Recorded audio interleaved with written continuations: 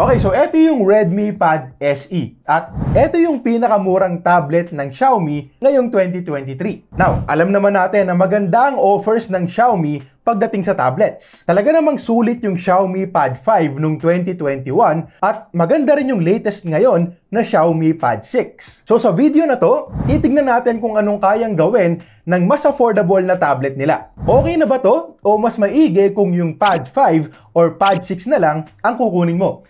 Pag-uusapan natin lahat, pero bago yon, iimbitahan muna kitang mag-subscribe. Goal namin next year ang maka 500k at ngayon pa lang, dagdag efforts na kami sa paggawa ng videos. Kaya kung sakali na makatulong at magustuhan mo itong video, baka pwedeng i-click mo na yung subscribe button dyan at follow mo na rin kami sa Facebook para sa mas marami pang tech updates.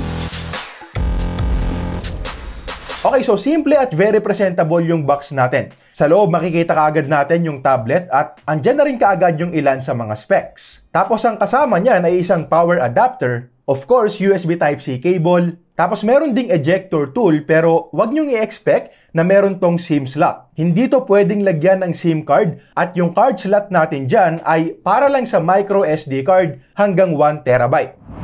At eto na nga, ang Redmi Pad SE. At pagdating sa design, tulad sa Xiaomi Pad 6, meron din tayong metal unibody design, kaya premium din talagang hawakan, walang flex, at solid yung build overall. Manipis lang, wala pang 8mm yung thickness, at magaan lang din para sa isang tablet na ganito ang size. Tapos pagdating sa colors na available, meron tayong mint green, graphite gray at lavender purple. Sa kanan nakalagay yung volume rocker, isang microphone at lagayan ng micro SD card. Sa taas nakalagay yung power button at yung dalawa sa quad speaker setup natin. Mamaya babalikan natin yung sound quality. Walang kahit ano sa left side tapos sa ilalim, good news dahil meron tayong headphone jack, Type-C port syempre at yung dalawa pa ulit sa speakers natin.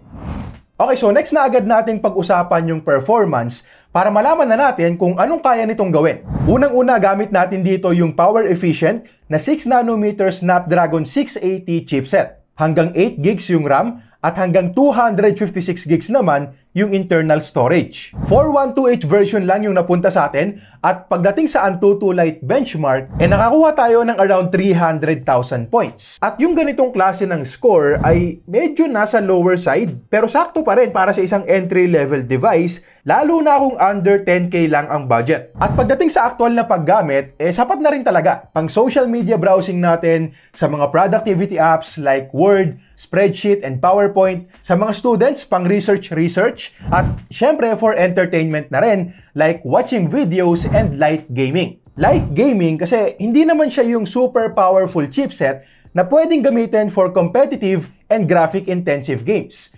More on pang casual gaming lang din talaga at para lang sa mga less demanding games like for example, Mobile Legends. Kung gusto mong mag-ML sa tablet, may enjoy mo yan dito. Meron tayong ultra graphics at super frame rates at for the most part, playable naman. Hindi maiiwasan yung pasulpot-sulpot na frame drops lalo na pag naka-ultra settings, may mga clash at masyado ng maraming graphics pero sobrang na-enjoy ko pa rin kasi playable pa rin overall.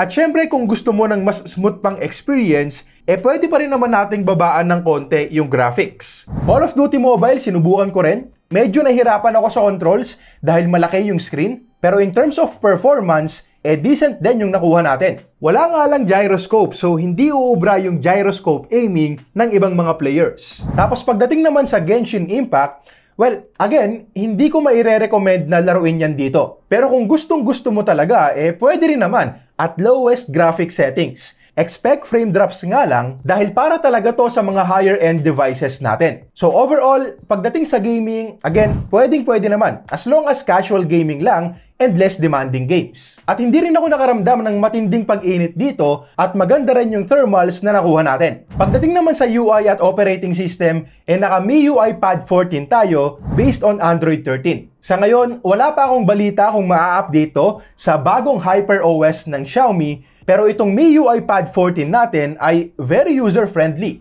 Simple at madaling gamitin, plus meron ding mga good features na makakatulong talaga sa mga productivity workloads natin like split screen, floating windows, at meron din tayong dock na pwede nating iswipe up anytime para ma-access yung mga paboritong apps natin. At napansin ko rin na wala masyadong bloatwares dito ngayon. Meron lang tayong WPS Office app Netflix, tapos mostly Google at Xiaomi applications na lang. Isa rin sa pinaka-importanting bagay sa tablet ang display. So yung display natin dito ay isang 11-inch LCD with Full HD Plus resolution and 90Hz refresh rate. Hindi ganun kanipis yung side bezels, pero okay lang since dyan naman natin ipapatong yung mga daliri natin. Yung brightness, sakto lang din, 400 nits, which is good enough now for indoor use. Pero expect na medyo mahihirapan tayong makita yung screen kung gagamitin outdoors. Ngayon, pagdating naman sa colors, dito ako nagandahan. Well, it's not the most color-accurate display, pero take note na less than 10K lang kasi itong pinag-uusapan natin. At para sa ganyang price,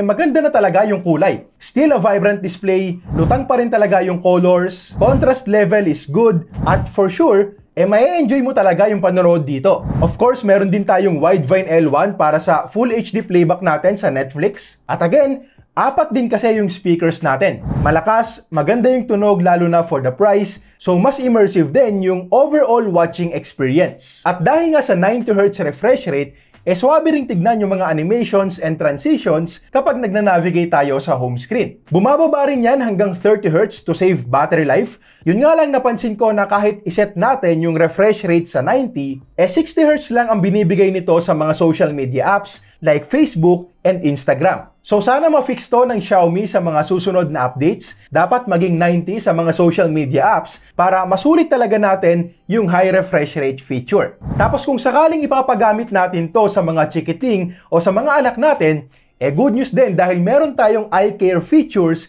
dito sa display. May TUV Rhineland Low Blue Light at Flicker-Free certification to with DC dimming na magpe-prevent ng eye strain and eye fatigue sa mga users natin. Sa battery life, wala rin tayong problema. 8,000 mAh yung battery capacity nitong Pad SE. At sa PC Mark battery test at 50% brightness, nakakuha tayo ng almost 19 hours. Na para sa akin, excellent battery life na para sa ganitong klase ng device. Yun nga lang, downside yung charging natin dito.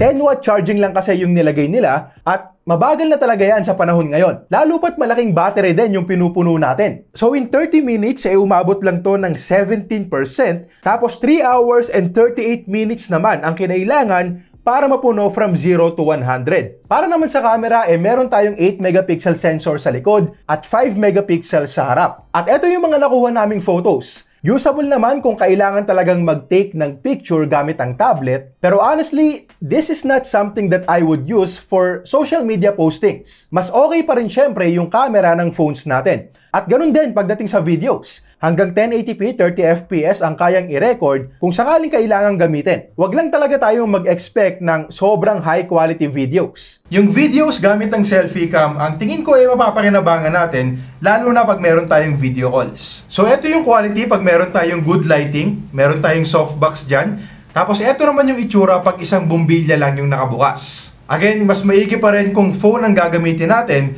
pero at least meron at usable pa rin yung kuha. At gamit ko nga rin pala yung built-in microphones, so let me know na rin sa comments kung pasado sa inyo yung quality. Okay, so available na itong Redmi Pad SE sa Shopee, Lazada, TikTok Shop, at kahit pa sa mga offline stores ng Xiaomi. At ang presyo, 9,999 pesos para sa 4128 tulad nitong unit natin ngayon at 12,999 pesos naman para sa 8256 variant. So, pros and cons muna ulit tayo bago natin balikan yung presyo. Para sa mga bagay na nagustuhan ko dito, unang-una syempre yung display. Magandang display talaga for under 10K. Yung quad speakers, solid din for the price. At may headphone jack na rin. Build quality is good with that metal unibody design. Malaki yung battery at hindi talaga madaling malobat. Tapos yung performance naman, again, hindi ganun kalakas, pero pwede na for the price. Ngayon, para naman sa mga cons, karamihan dito dahil na rin sa mababang presyo. Wala tayong SIM slot dito. Yung base model, mas maigi sana kung 6GB RAM na lang kasi posibleng makulangan na tayo sa 4GB in the next few years. Medyo na-disappoint din ako sa storage natin kasi eMMC pa rin yung ginamit instead of UFS. Hindi naman siya mabagal pero magiging mas mabilis pa sana yung loading times kung UFS na ang ginamit. Walang fingerprint scanner yung power button natin, so face recognition ang gagamitin para sa mas mabilis na pag-unlock. Tapos yung camera, pwede na rin naman para sa ganitong klase ng tablet. Hindi lang talaga magiging kasing ganda ng smartphone cameras natin ngayon. Now, kung ako ang tatanungin, madaling palagpasin yung mga yan. Lalo na kapag kinonsider natin yung price. Ang medyo mahirap lang tanggapin para sa akin ay yung 10 watts na charging speed. At least 18 watts na sana, lalo pat alam naman natin na kilala ang Xiaomi pagdating sa fast charging feature. So kung sakaling okay lang sa'yo yun, since matagal din talagang malobat, for sure matutuwa ka dito. Lalo pa kung ikaw yung tao na gusto talaga ng magandang tablet pero ayaw gumastos ng more than 10K. Eto na yon, good quality tablet from Xiaomi na mas mababa ang presyo. Kung kaya pang dagdagan ang budget para sa Xiaomi Pad 5 or Pad 6, mas maire-recommend ko yon, of course, dahil sulit din yung idadagdag nating pera doon. Pero kung dito lang talaga papatak ang budget, pwedeng-pwede na. Okay, so yun lang muna para sa ngayon. Kung gusto mong mapanood yung review ko para sa Xiaomi Pad 6, click mo lang to. At para naman sa mas abot kayang flagship phone ng Xiaomi, check mo tong review ko sa Xiaomi 13T Pro.